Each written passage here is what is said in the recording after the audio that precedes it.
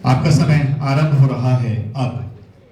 रत्नाकरा धौतपदां हिमालय किरीटिनीं ब्रह्मराजर्षिरत्नाढ्यां वंदे भारत मातरम। सभा की गरिमा में उपस्थिति को प्रणाम करती हूँ। माननीय निर्णायक महोदय को प्रणाम करती हूँ। विकसित भारत के युवा साथी आप सभी को मेरा सादर प्रणाम। मैं किरण पुरोहित, जनपद पौड़ी गढ़वाल की प्रतिनिधि, आप सभी के सम्मुख आज के विषय के प्रति अपने मनोभाव व्यक्त करने के लिए सादर प्रस्तुत हूँ। आदरणीय महोदय, ज्ञान, विज्ञान और अध्यात्म को जन्म देने वाली सभ्यताओं की आदि जननी इस भारत भूमि, जिसमें कश्मीर से कन्याकुमारी और अटक से कटक तक निवास करने वाले विश्व के 140 करोड़ भारतीयों को विश्व का सबसे सशक्त और सबसे महान संविधान प्रदान किया। आज उसकी युवा पीढ़ी का परम दायित्व है, परम कर्तव्य है कि हम अपने संविधान के संवैधानिक मूल्यों को हृदय में संजोते हुए और भारत को वर्ष 2047 तक विकसित भारत बनाने की ओर आगे कदम बढ़ाएं, प्रतिबद्ध हो जाएं। महोदय, हम युवा उठ सके तो उठें, चल सकते तो चलें और रेंग सकते तो रेंगे, लेकिन जो भी हम जिस भी क्षेत्र में कार्य करते हैं उस क्षेत्र में अपने राष्ट्र का प्रतिनिधित्व करें। यही हमें विकसित भारत की ओर आगे ले जाएगा।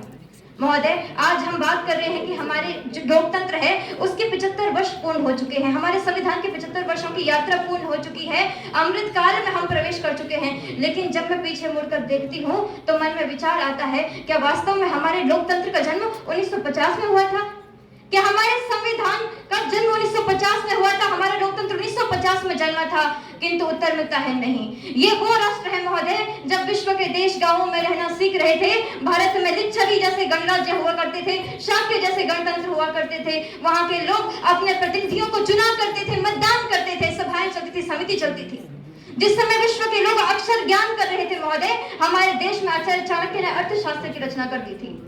महोदय, ये वो राष्ट्र है जहां ऋग्वेद में सभा और समिति हुआ करती थी और ऋग्वैदिक सभा समिति से लेकर वर्तमान लोकसभा और राज्यसभा तक तत्कालीन समाज के लिच्छवी और शाक्य गणराज्य से लेकर के भारत के संपूर्ण प्रभुत्व संपन्न लोकतांत्रिक गणराज्य बनने का सफर हमने तय किया है। ये सफर विश्व को प्रेरणा देता है।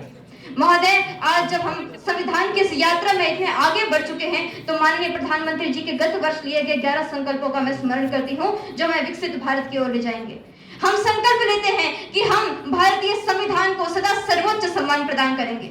हम संकल्प लेते हैं कि हम भारत में भ्रष्टाचार को समूल नाश कर देंगे। हम संकल्प लेते हैं कि भारतीय नारी शक्ति आकाश की अनंत ऊंचाइयों से लेकर के सागर की अथाह गहराइयों तक प्रत्येक क्षेत्र में भारत का प्रतिनिधित्व करेगी, विश्व के सामने आदर्श प्रस्तुत करेगी। हम संकल्प लेते हैं कि राजनीति को परिवारवाद के कलंक से मुक्त करेंगे।